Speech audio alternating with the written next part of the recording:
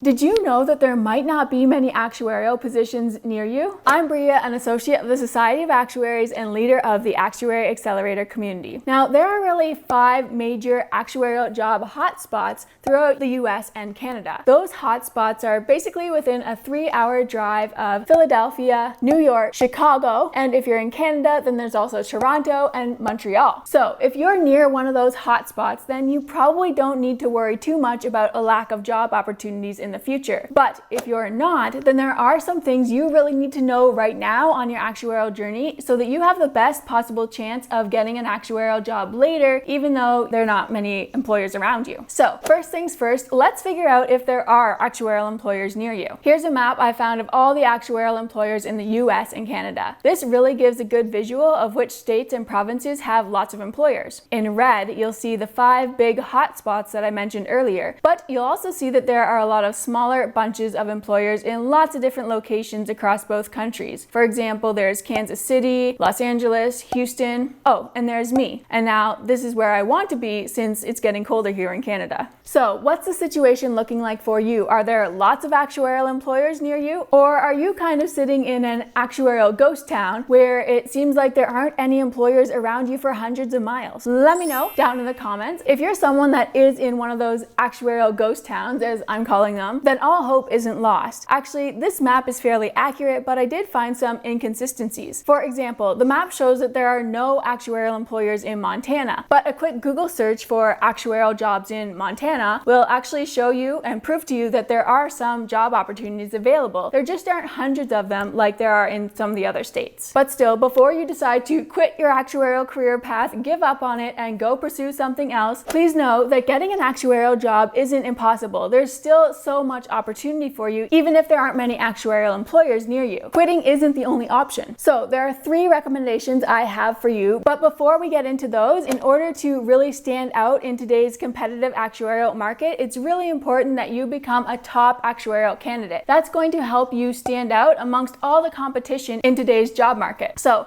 that's the first thing you have to do before you go and do any of these 3 recommendations that I have for you. Now let's get into those recommendations. The first thing is to network. If you network correctly, you're actually going to be able to make connections with people that work in those very few companies that are around you that hire actuaries. And if you are able to make those connections, that's going to potentially help you get your foot in the door in the future. So now, no matter where you are on your actuarial journey, is a really good time to be growing your network so that you can make those connections early, develop more of a relationship, and potentially in the future you will be able to use those connections to get an actuarial job in one of the handful of companies that are around you. Next, number 2 is that I recommend you apply to every actuarial position around you, even if the qualifications seem a bit more advanced than what you have right now. I've seen this work for many members of the Actuary Accelerator community because when they do become top actuarial candidates, they are able to be qualified for some of the more advanced positions, and that allows them to skip the entry-level jobs and jump right into one that's a bit more advanced. It's a really great strategy. Also, you want to make sure that you're applying to any remote positions where you would be able to work from home. Those are becoming more and more common in today's job market, so it's a really good opportunity for you because you can basically work from anywhere in the world, and it opens so many more opportunities for you. The third recommendation that I have for you is to consider relocating. We could all use a little bit more adventure in our life, don't you think? So relocating to one of those major hotspots that I talked about earlier, or even just an area where there are lots more opportunities for you, might increase your chances of getting an actuarial job, especially if you are a top candidate. But just know that this doesn't have to be a permanent move for you. This can be temporary. If you just get 6 to 12 months of experience in an actuarial role, that will allow you to come back to where you really want to settle down, where there aren't many actuarial employers. And because you have that real actuarial experience, it's going to help you become a great candidate for those few positions that are available in your area. So even getting just 6 to 12 months will really increase your candidacy for those other few positions where you really want to settle down. So now, if you are going to take those suggestions and start implementing them, the first thing you need to know is how to become a top actuarial candidate. Luckily for you, I filmed a video about exactly that, and I will link it right here for you to go watch next. It's going to guide you step by step on exactly what you need to do to become a top candidate. And hey, if this video helped you, could you please give it a thumbs up so that it can spread to more aspiring actuaries that need this advice? I would appreciate that so